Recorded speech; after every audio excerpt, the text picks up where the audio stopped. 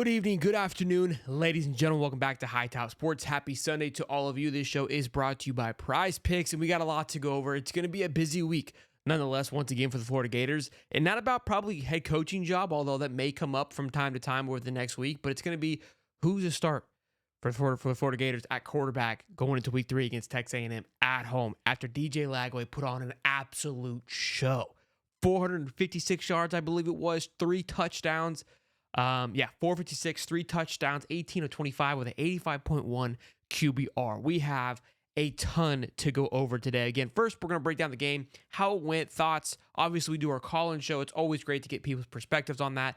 This is going to be the new civil war on Twitter. Again, of who should be the starter headed into week 3. We had a little bit of a civil war last night. It was a good time arguing and bickering about it with everybody. So we're going to break down the game, and then I want to talk about the interviews. DJ Lagway spoke, Coach Napier spoke, get his thoughts and his perspectives on it. Eugene Wilson, there was a great quote from him as well, and then give you ultimately what I think how I'll feel from today, but I think my feelings may change over the week, and we'll go from there. But DJ Lagway, what an absolute treat. I think for Florida fans, we should just kind of have a sigh of relief of like, that was fun, that was refreshing. Look, that game we go into expecting to win, right? So it's like, okay, what are the new expectations? It's just, can we go look like a football team? And this was the first time in a very long time it felt like it had flashes with the talent. Eugene Wilson breaking off for 85 yards. Tank Hawkins bringing it into the end zone. Aiden Mizell with a phenomenal catch as DJ Lagway funnels himself through the pocket to get down to his guy. Those were just moments that we haven't really had. Right? We saw flashes of it with AR, but we never really got a full moment out of it. And again, this is where I know it's Sanford, so I'm not going to put a lot of stock into it, right? And I understand these things. But I remember back to the Jameis Wilson game. Yes, I'm going to FSU here. He went, I think, 26 for 27. Maybe he was perfect against Pitt. And this year, I think Pitt was atrocious. And everybody was like, well, it's Pittsburgh. And we obviously know what Jameis went on to be. But I said, look, I even gave Winston credit. I was like, look, even though it was 26-26 against Pittsburgh, going 26-26 in practice is tough. Doing what he did against Sanford is in a phenomenal feat. Given now the 85, the little pitch pass to Eugene, you can kind of let's not necessarily count that one. All right, let's say that was a little bit inflated. Cool. Those 325, 330 yards, sure, I'll take it. You know what I mean? Phenomenal. We're going to get into, again, what I think. We're going to talk about playbook, things like that. I want to talk about just the team in general, what they did yesterday. Shout out to Alex Shepard for this phenomenal photo. This guy is a beast at taking photos. By the way, if you haven't checked him out on Twitter, please do. They're gorgeous, the photos. Guy's unreal with the camera. But Aiden Mizell gets his first touchdown. George Gums has himself a day. Somebody that I was high on all season long. Looked really good. The defensive line, like Billy did say, they did settle in. I agree. I just, for me, again, I hold things to a higher standard. We shouldn't have to settle in. There was times where it looked like we still got bullied on the line. The edge felt like it got more pressure. I think Tyreek Sapp played a lot better. George Gums played a lot better. Boone was a little more disruptive than he was in game 1. The linebacker play, RJ Moten was somebody that I saw a lot all over the football field yesterday. That's RJ Moten is somebody who transferred from, I think it was Michigan originally, was a safety, then transferred from a safety or moved positions from safety to the linebacker position. And obviously, we've been talking about Derek Wingo, Pup Howard, Shamar James, Aaron Childs, and Miles Graham. That RJ Moten's name hasn't been brought up too much, but guy's got a ton of experience on the football field. Brings in a lot of experience. So good to see him do pretty well yesterday. He led it, not led the team, but was up there with 4 solo tackles. Jason Marshall led the team with 5 solo tackles. So shout out to Jason Marshall. Tyreek Sapp, though, had 2 solo tackles, 1 sack. But George Gums, 3 solo tackles, 1 sack, and 3 tackles for a loss. But he was getting back there and disrupting people. LJ McCray had 3 total tackles, no solos. Even Micah Borrow, the freshman, two solo tackles. Jaden Robinson, obviously linebacker, 2 solo tackles. So starting to come together. Again, a lot of rotation still. I'm not sure of the rhyme and reason for it. I don't hate it. It just something that we're noticing. Again, defensively, I think it felt like they got a little bit of momentum going. Offensively, though, I've never seen this. Not never. It's been a while since we've seen this offense click like it did yesterday. It just seemed like it was just poetry in motion watching on the football field. The defense at times had sparks of the guys. I just want to see that good old-fashioned Florida defense. We know what I'm talking about. Flying around the football field, just leveling cats. And there were sparks of it. So I'm hoping when they go to watch the tape, they kind of emphasize those moments of like, yo, this is what we're looking for consistently throughout the game. Again, somebody called in and made a great point. It's like, yes, they only put up 7. Felt like it was 21, right? There's been games where you've watched where a team puts up 7 and it feels like they didn't score anything. It just that 7 kind of came at the last little bit there. Mind you, it was 7-21 at one point. And I'm not being a hater. I'm not trying to be negative. I think, look, all in all, great day, ecstatic for the win. We're just being critical, going over what happened, and what happened yesterday.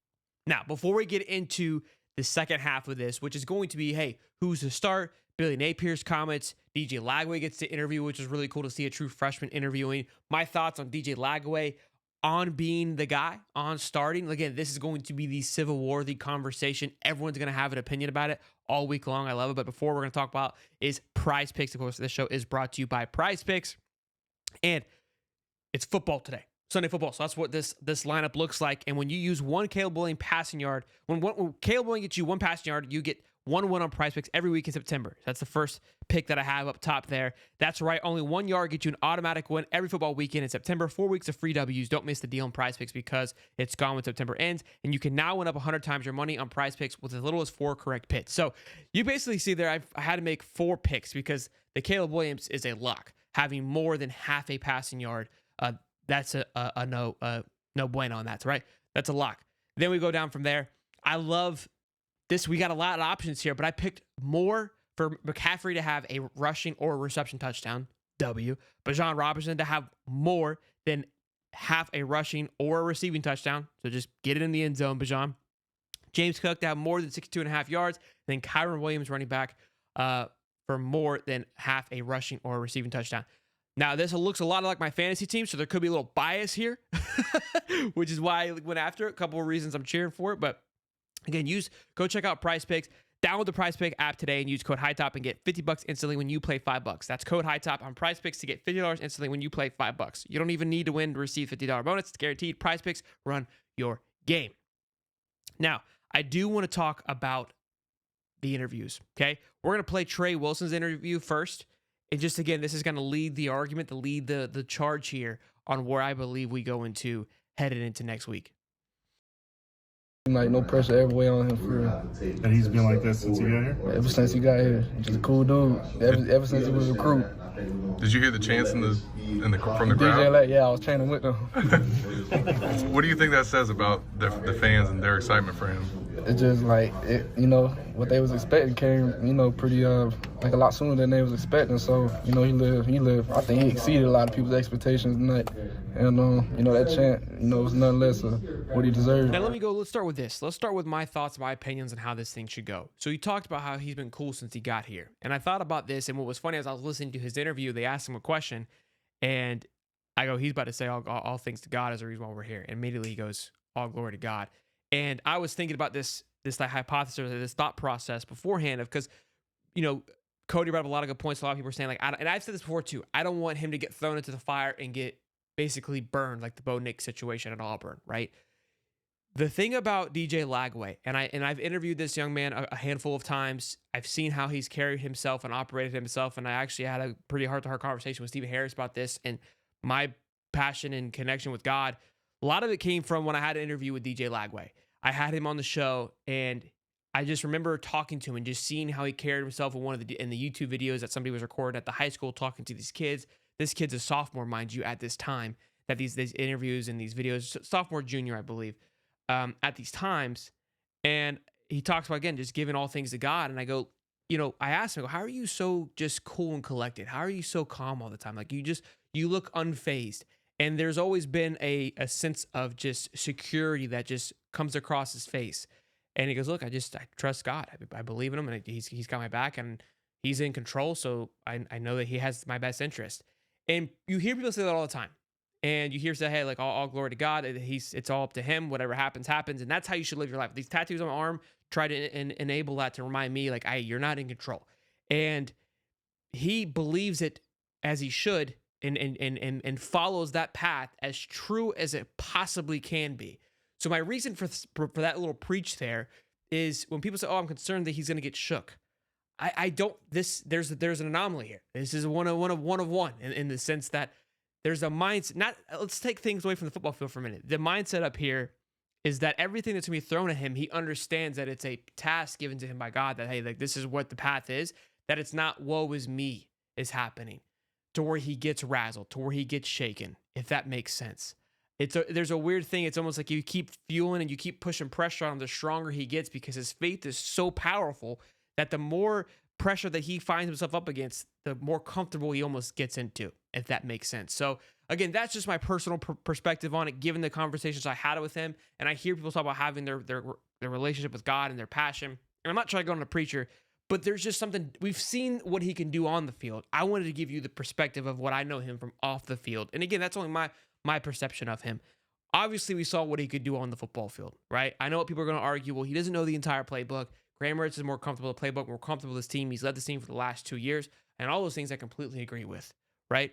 But DJ Lagway, you can run this. I mean, Billy's only running 10 plays anyway, so if DJ knows 6 of them, what he does with those 6 plays, we saw the same plays this week we saw last week, and you saw the difference. There's a play when he hits Badger, right, where Badger gets kind of taken down at 2-yard line.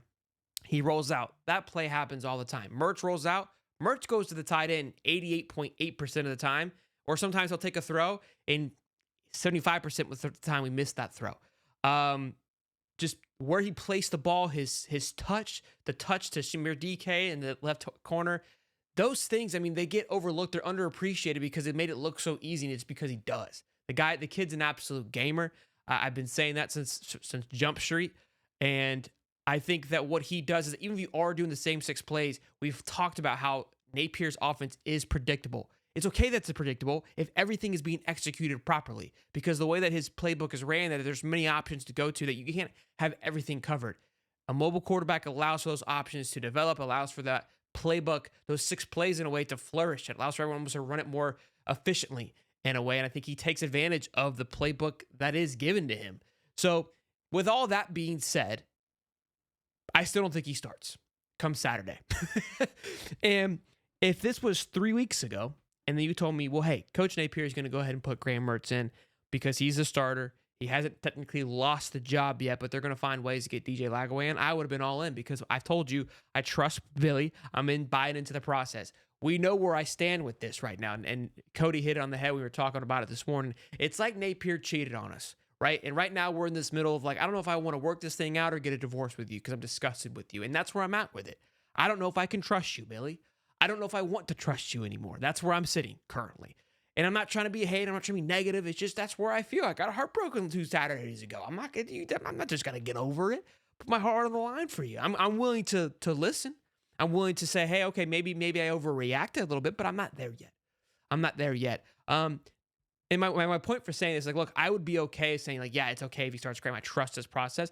I'm not necessarily on board with that. Not that I'm okay if Graham doesn't start.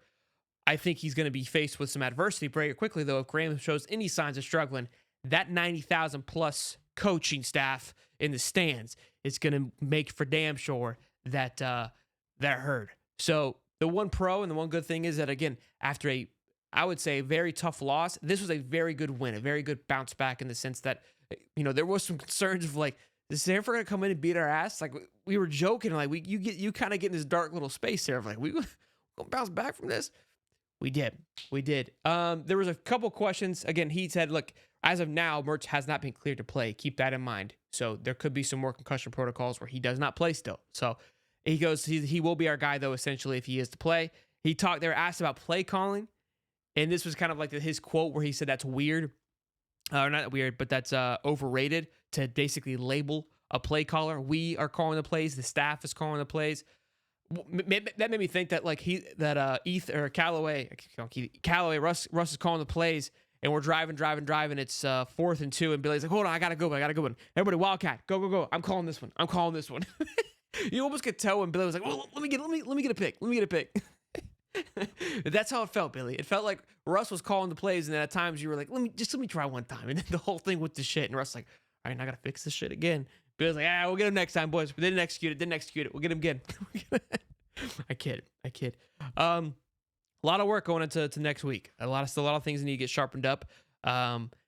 But it's going to be the Civil War, like I said. We're going to have Champs Corner tomorrow. It'll be fun to watch a few things. Again, what I'm going to obviously emphasize is some of the throws that DJ Lagway make. We know, I know, Graham Mertz is not making those throws, and those things just fire me up on giving him the chuck. But I could see the other side. I can play as devil advocate. You give it to me, starts to struggle, and then we all go, well, why did we put him? You know what I mean? Like I wouldn't want to be Billy right now. Let me just put it that way. He is in a tough place, but he's made this bed. Now he's got to lay in it. So ultimately, there you go, Billy. You're going to have to figure this bad boy out on your own. Okay. There's going to be a ton of opinions, which you've heard it all week anyways of last week about whether or not you're going to keep your job. So at this point, I think these guys are numb to the noise. I feel like they had faced so much crap from the last week. This was a good response. It could have been very easy for them to fold after all the noise that had happened over the last 5 days. That genuinely folded. To me, it didn't feel like anybody quit, if that makes sense. It felt like everybody played with some passions. Everybody played with a little bit of revenge on their mind. Again, I know it's Sanford. Like, I hope people... I already know there's going to be some douchebag in the comments. Like, it's Sanford. I understand what happened here, okay? But this was our task this week. We addressed the task that was handled. The task was handled. So, all in all, good day. Great. Hey, it's been a long time since we've been able to do a show and we talk about a W. We don't even know how to handle ourselves anymore. We don't even know how to comprehend a W. We're so used to having negative things to talk about on a Sunday morning that I don't even know how to comprehend a W. I just want to come and yell on the mic saying we're back. Gators by 1 billion. That's what we need to get back to. You know what I mean? But all in all, great day. DJ Lagway was a blast to watch. I enjoyed it. Let me know in the comments, without killing each other, who do you feel more comfortable with? I don't think anybody's wrong in this situation, right? I could be, like I said, myself. I'm definitely burned from what happened, so I may be a bit on one side, but DJ Lagway's him, boys. I don't know what to tell you. Be sure to smash the like button, subscribe, check out Prize Picks. Of course, use the code Hightop, and I'll see you boys in the next one. Peace and love, baby.